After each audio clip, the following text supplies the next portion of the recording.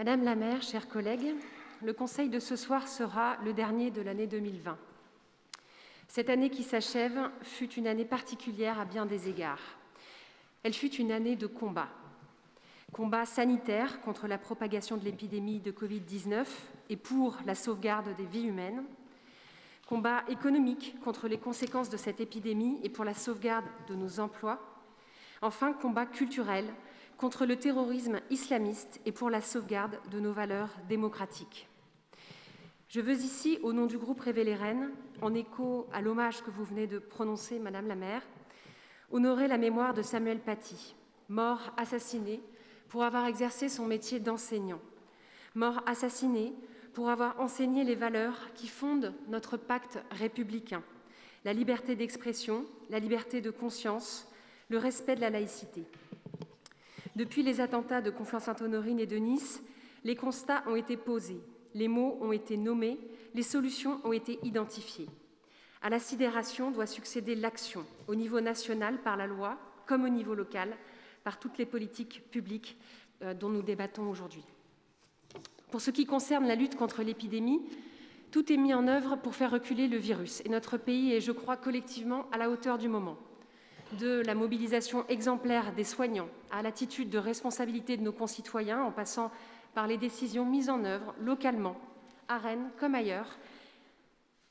Il faut tenir. Nous tiendrons et nous réussirons. Cependant, c'est cette troisième bataille que je souhaite évoquer plus longuement aujourd'hui, celle pour la survie de nos emplois. À cet égard, l'État prend sa part avec des mesures de très grande ampleur pour limiter les effets collatéraux de cette crise sur notre économie, avec une attention particulière pour les quartiers les plus fragiles, comme en témoigne le 1% solidarité annoncé aujourd'hui. Au plan local, nous pouvons aussi agir. Je n'oublie pas que le développement économique est une compétence de la métropole, mais ce sujet est au cœur des préoccupations des Rennaises et des Rennais. Hélas, sur l'enjeu de la relance économique, des occasions ont été manquées.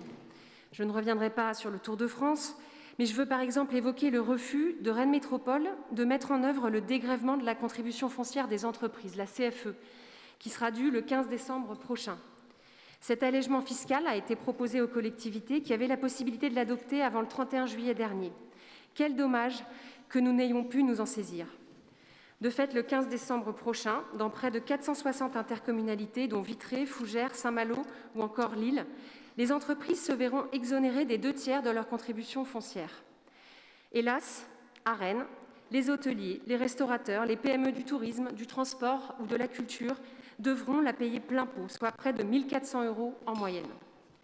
Plusieurs mesures ont été annoncées qui vont dans le sens d'un accompagnement des TPE-PME. Elles doivent être saluées, même si certaines arrivent bien tard, comme l'annuaire des commerçants récemment mis en ligne sur le site de Destination Rennes, là où d'autres villes l'avaient fait dès le mois de mars dernier.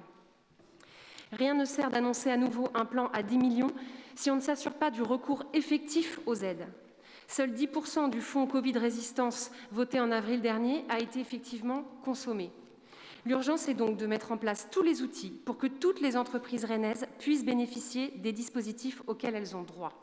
Notre obsession collective, notre priorité de chaque jour, doit être d'accompagner la reprise économique du territoire par des actions d'urgence, mais aussi en préparant l'avenir. N'est-ce pas le moment d'engager rapidement les grands chantiers annoncés pendant votre campagne ?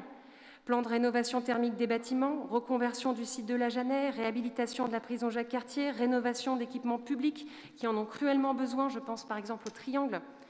Autant de chantiers susceptibles de créer des emplois et de dynamiser l'économie locale. Pour relever ce défi immense, pour garder la tête hors de l'eau, il est sûr qu'il nous faudra innover et quitter les dogmes. Mobiliser toutes et tous.